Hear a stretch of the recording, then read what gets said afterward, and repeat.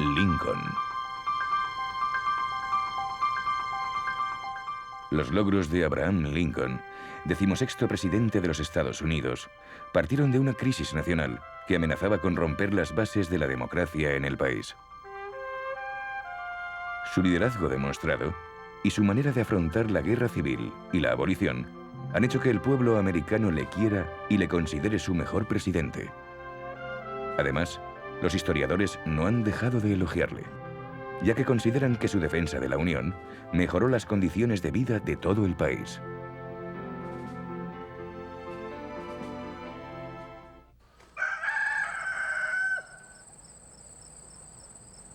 Nació en una humilde granja de Kentucky, en la propiedad de Thomas y Nancy Lincoln. Los estados fronterizos de Kentucky e Indiana fueron el campo de juegos de Abraham y de su hermana mayor, Sarah. A los 9 años, la madre de Lincoln murió. Un año más tarde, su padre se volvió a casar. Su nueva mujer, junto a sus 3 hijos, se trasladaron al hogar familiar.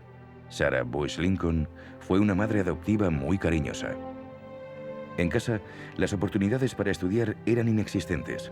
Lincoln se quejaba de que en toda su infancia no fue más de un año a la escuela. Pero era un hombre muy ambicioso, así que siguió una educación autodidacta con periódicos y libros prestados. A los 16 años, Abraham ya medía 1,80 m.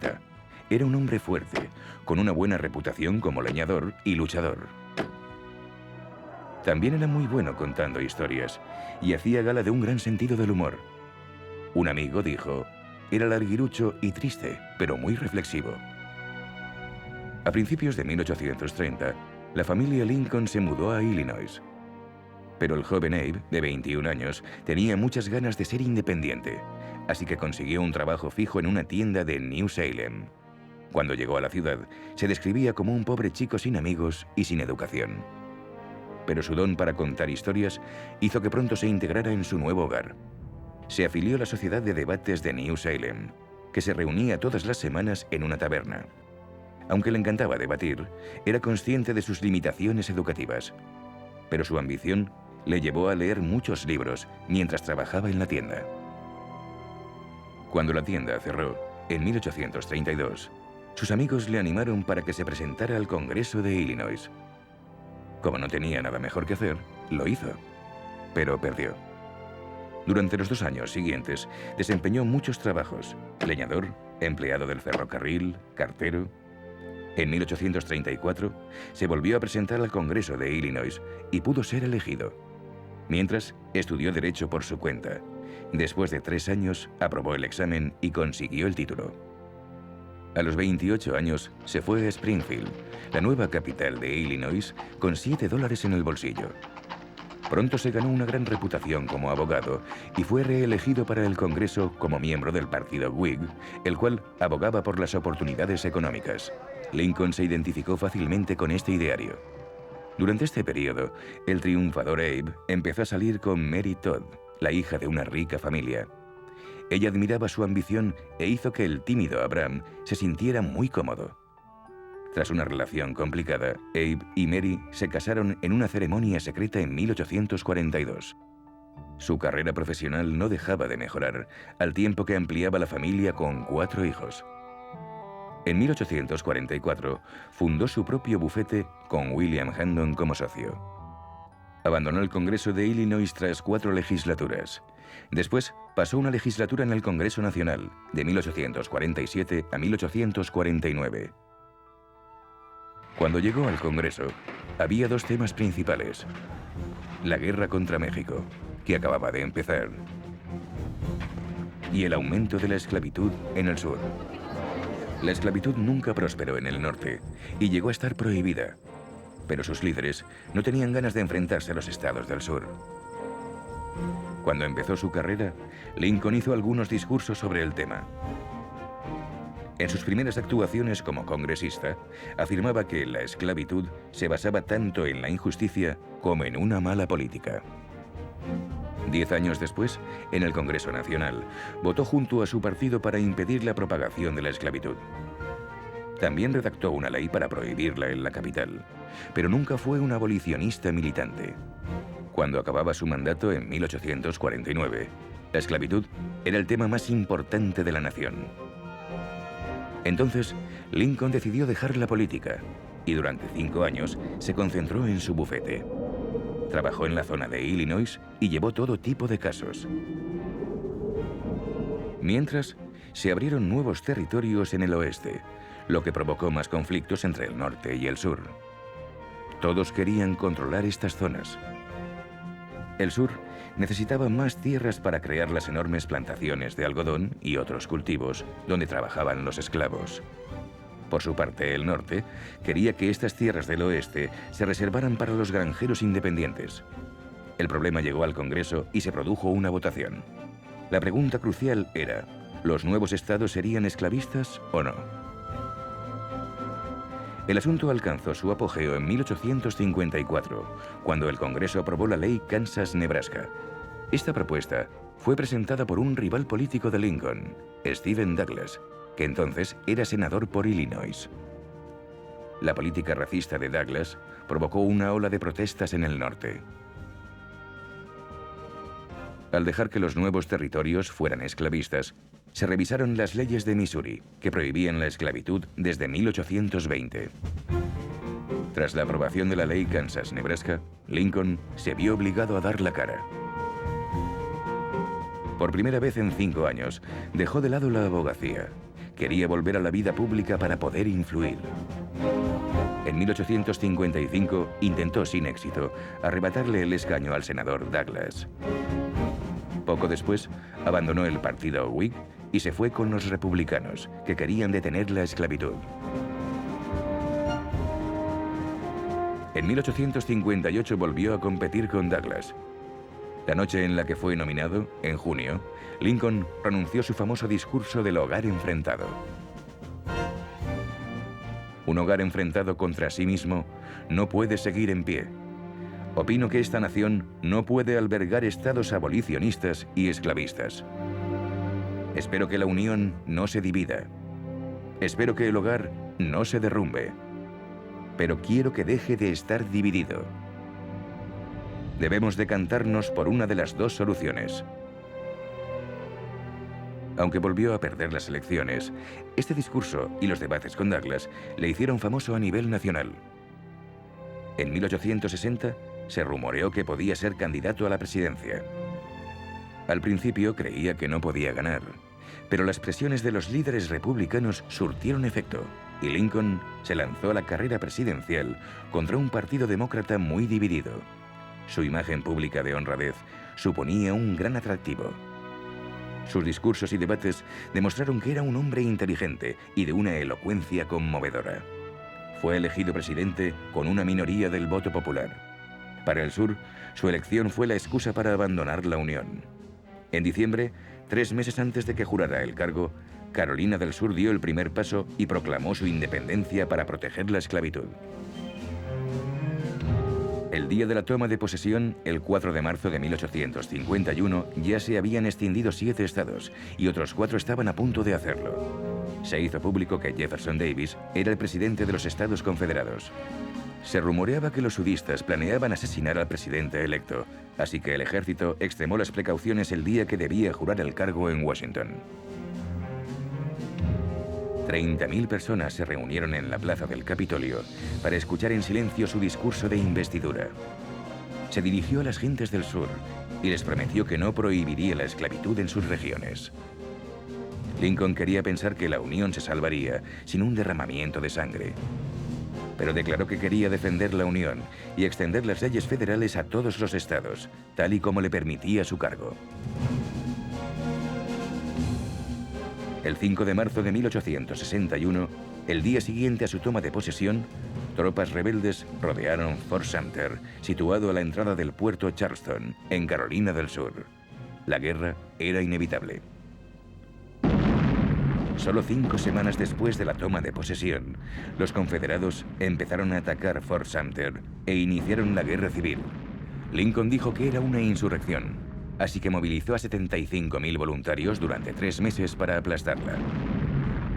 El Congreso no se constituyó hasta el 4 de julio. Sin su participación, Lincoln estableció un bloqueo, suspendió el habeas corpus por actividades desleales gastó dinero sin la aprobación de la Cámara y controló todo el proceso bélico.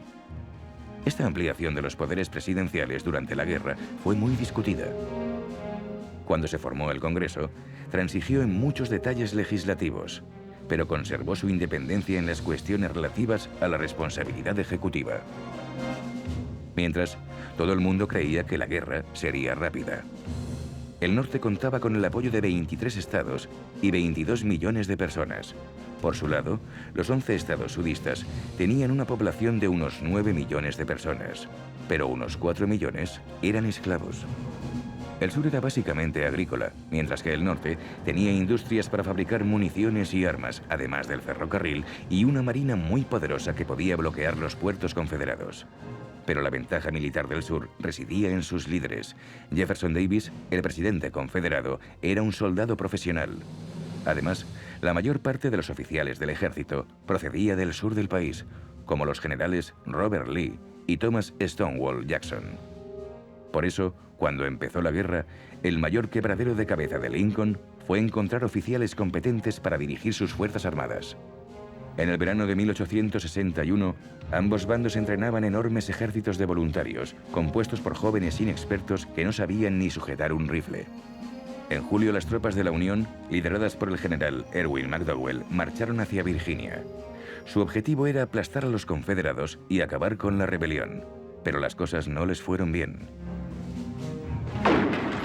El desastre de Bull Run, la primera gran batalla de la guerra, sería la primera de las derrotas que la Unión sufriría en el frente de Virginia. Mientras tanto, la Unión lanzó otras dos ofensivas, una en Tennessee y otra en el río Mississippi. Lincoln concedió el mando de las fuerzas orientales al general George McClellan, un veterano de la guerra con México de 35 años de edad. Todos lo definían como presumido y pedante, pero Lincoln tenía mucha fe en él. McClellan entrenó su gran ejército meticulosamente, pero los meses pasaban y no eran capaces de avanzar en Virginia. La situación se repetía en el frente occidental. Aunque los oficiales preparaban a sus soldados, estos no estaban listos para combatir. Con escasa experiencia militar y con unos generales reticentes a actuar, Lincoln pasaba las noches leyendo libros de estrategia de combate. Pronto asumió un papel más activo en el día a día de la guerra y demostró una gran habilidad para la táctica.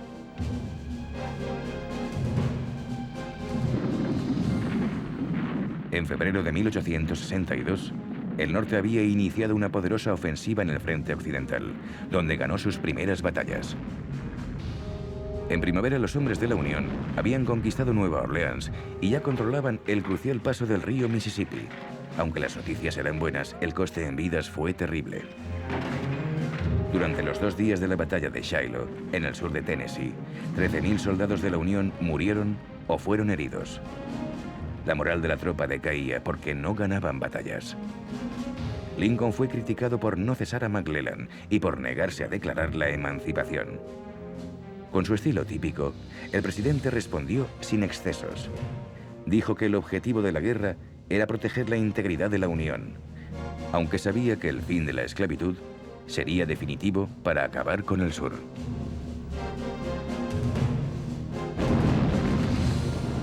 En septiembre de 1862, la Unión derrotó a las tropas del general Lee en Antietam, y Lincoln realizó una declaración preliminar. Les dio a los estados rebeldes un plazo, hasta el 1 de enero de 1863, para que se rindieran. Tras esa fecha, liberaría a todos los esclavos. Cuando llegó el nuevo año, realizó la Declaración de Emancipación. Desde ese instante, las tropas de la Unión liberarían a los esclavos, en un acto de justicia y de necesidad militar. El impacto legal de la ley no estaba claro, pero redefinió el curso de la guerra y se convirtió en un momento simbólico. Además, con esta decisión, separó sus creencias personales de sus acciones de Estado. No todo el mundo se alegró con la Declaración de Emancipación. Miles de demócratas del norte estaban furiosos. habían apoyado la guerra para salvar la Unión, y para ellos, la esclavitud debía respetarse y quedar limitada al sur del país. Acusaron al presidente de ser un tirano, un dictador abolicionista. Cuando los críticos le exigieron que cambiara su política, él les dijo: camino despacio, pero nunca retrocedo. Pero la emancipación fue todo un éxito. Los casi 180.000 hombres negros que se integraron en el ejército eran esclavos liberados. A pesar de todo, la victoria aún estaba lejos. Durante meses la guerra provocó un auténtico baño de sangre. Lincoln no tenía mucha suerte con sus generales. En junio de 1863, un decidido general Lee marchó con sus tropas confederadas hacia el norte. Desde Virginia, pasando por Maryland y llegando a Pensilvania, sembró el pánico en todo el norte. El nuevo jefe militar de Lincoln fue el general George Gordon Meade, quien envió las tropas a Pensilvania para detener a los rebeldes. Los ejércitos se encontraron el 1 de julio en la ciudad de Gettysburg, donde 170.000 hombres lucharon en la batalla más espectacular de la guerra.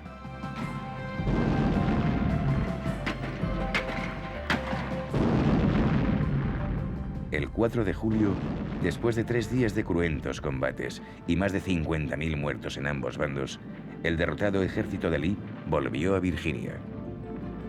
Para desesperación del presidente, Meade no persiguió a los debilitados sudistas. 4 meses después, en Gettysburg se realizó una ceremonia para homenajear a los soldados caídos en combate. El discurso principal fue pronunciado por Edward Everett, un orador muy popular que habló durante 2 horas. Al final, Lincoln dijo unas palabras ante la multitud. Hace 107 años, nuestros padres llegaron a este continente. Crearon una nueva nación basada en la libertad y consagrada al hecho que todos los hombres son iguales. Ahora nos vemos inmersos en una tremenda guerra civil. Es una prueba terrible que muy pocos países pueden superar con éxito. Hoy nos encontramos en medio de un gran campo de batalla. Y consagraremos una parte de este lugar como cementerio para unos hombres que dieron su vida para que nuestra nación pueda seguir existiendo. Estábamos obligados a darles este reconocimiento. Pero hablando de manera más amplia, no podemos dedicar, no podemos consagrar, no podemos santificar este campo. Los hombres valientes que se dejaron la vida aquí han demostrado su valor tanto en la tierra como en el cielo. El mundo pronto olvidará nuestras palabras,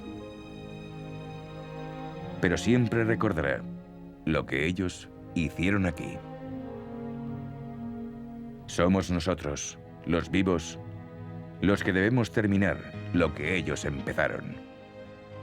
Ellos dieron su vida por una causa muy noble. Somos nosotros los que tenemos que acabar con esta tarea vital. Estas muertes deben servir para que todos aprendamos qué es de verdad importante. Tenemos que asegurarnos de que todas estas muertes no hayan sido en vano. Esta nación, bajo la mirada de Dios, vivirá un nuevo renacimiento de la libertad. Y este gobierno del pueblo, por el pueblo, para el pueblo, nunca desaparecerá de la tierra. El discurso de Gettysburg duró solo 2 minutos y hoy en día se considera como uno de los mejores ejemplos de redacción en lengua inglesa.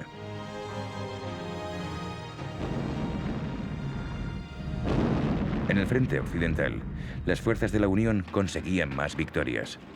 El 4 de julio de 1863, el día siguiente a la batalla de Gettysburg, la ciudad fortificada de Vicksburg, en Mississippi, se rindió al general Ulysses Grant. Mientras Lincoln daba su discurso, las tropas de Grant luchaban en Tennessee y se dirigían a Georgia.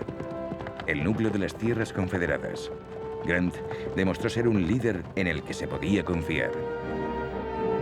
A principios de 1864, Lincoln nombró a Grant comandante en jefe. Juntos, idearon el plan para acabar con la Confederación. Lanzarían ofensivas coordinadas en todos los frentes, machacando a los rebeldes por todas partes. Por desgracia, las tropas de la Unión no pudieron vencer al reorganizado Ejército del Sur. Las bajas de Grant fueron terribles. Casi 54.000 soldados del norte murieron o fueron heridos durante la sangrienta campaña. Cuando se inició la campaña presidencial, en 1864, Lincoln tenía todas las papeletas para perder. La alarma por la guerra volvió a extenderse por el norte. Sus propios compañeros del Partido Republicano hablaron de sustituirle, pero él estaba decidido a continuar en el cargo. Y demostró que la gente aprobaba su política de emancipación. En junio, fue nominado para un segundo mandato. El senador por Tennessee, Andrew Johnson, un demócrata del sur, se convirtió en su candidato a la vicepresidencia. La oposición nominó al general George McClellan, el mismo general que Lincoln había cesado como comandante en jefe. McClellan se integró en una plataforma pacifista y prometió detener la guerra y reinstaurar tanto la Unión como la esclavitud. A medida que se acercaban las elecciones, se recibían buenas noticias. El general William Tecumseh Sherman por fin derrotó a los confederados de Georgia, arrasándolo todo a su paso. Mientras, en Virginia, el general Philip Sheridan venció a los rebeldes en el valle de Shenandoah y Grant debilitaba a los rivales en Richmond. El día de las elecciones, nadie dudaba que la Unión ganaría la guerra. El fin del conflicto estaba próximo. Las políticas de Lincoln habían triunfado e incluso sus críticos le arroparon. Ganó la reelección con el 55% del voto popular y una aplastante victoria en el voto electoral de 212 a 21. Lincoln declaró que la ley de emancipación era una medida de guerra que podía carecer de validez legal cuando acabara el conflicto. El marco legal de la esclavitud seguía vigente tanto en los antiguos estados confederados como en los estados esclavistas de la Unión. Así que con el apoyo del Partido Republicano propuso una reforma constitucional para abolir la esclavitud. El 8 de abril de 1864, con una mayoría de 2/3, el Senado aprobó la 13ª enmienda. La votación final se produjo el 31 de enero de 1865, cuando el Congreso aprobó esta enmienda entre aplausos y vítores. Para Lincoln, este resultado fue una gran victoria moral. Los estados ratificaron la enmienda, así que fue añadida a la Constitución y se convirtió en la ley del pueblo. El 4 de marzo de 1865, Lincoln juró su cargo por segunda vez. La presión de la guerra se marcaba en su rostro. Uno de sus amigos dijo que su estado de ánimo no era el mejor. Soportó muchas más cosas que cualquier otro presidente. Le habían ridiculizado en público y las críticas habían sobrepasado todos los límites, pero él aguantó estoicamente. Sufrió pérdidas personales con la muerte de su hijo Ted. También padeció depresiones, salvadas siempre por su sentido del humor. Pero nunca se rindió. Era un hombre incorruptible y esta característica ha hecho de él un ejemplo. Su discurso de toma de posesión fue uno de los mejores de su vida, un testimonio de su humanidad. No le guardo rencor a nadie. Todos son mis ciudadanos. Dios nos enseña el buen camino y nosotros debemos terminar la tarea que empezamos. Curar las heridas de la nación. Ocuparnos de aquellos que cayeron en la batalla, por sus viudas y sus huérfanos. Solo así conseguiremos una paz duradera entre los pueblos de este país y con el resto del mundo. Unas semanas después, el 9 de abril, el general Lee se rindió al general Grant en el tribunal de Appomattox, en Virginia. El día siguiente, esta noticia hizo que la alegría explotara en Washington. El presidente Lincoln ya hacía planes para la dura reconstrucción. Los negros eran libres, pero aún no eran ciudadanos de pleno derecho. La abolición fue solo el primer paso. ¿Qué harían los esclavos? ¿Cómo convivirían con los esclavistas del sur? 4 días después, el 14 de abril, Lincoln y su esposa fueron al Teatro Ford, en Washington. De repente, un hombre entró en el palco y disparó al presidente por la espalda. Un enfadado actor, el antiabolicionista John Wilkes Booth, asesinó al presidente en el peor momento. El triunfo quedó empañado por la muerte de su protagonista. Se fue la persona que había ganado la guerra civil. Fue descrito como un hombre equilibrado, decidido, con grandes principios morales y poseedor de un enorme patriotismo. Tras la muerte de Lincoln, Stetson, el ministro de la guerra, declaró: ahora pertenece a la historia. De unos orígenes humildes surgió un hombre extraordinario. Actualmente, se considera que Lincoln ha sido el presidente más capacitado de la historia. Las reformas que realizó durante la guerra instauraron la obligación gubernamental de asegurar la igualdad de oportunidades para toda la gente. Durante las décadas siguientes, muchos presidentes quisieron imitar a este hombre sabio, que siempre elegía las palabras apropiadas.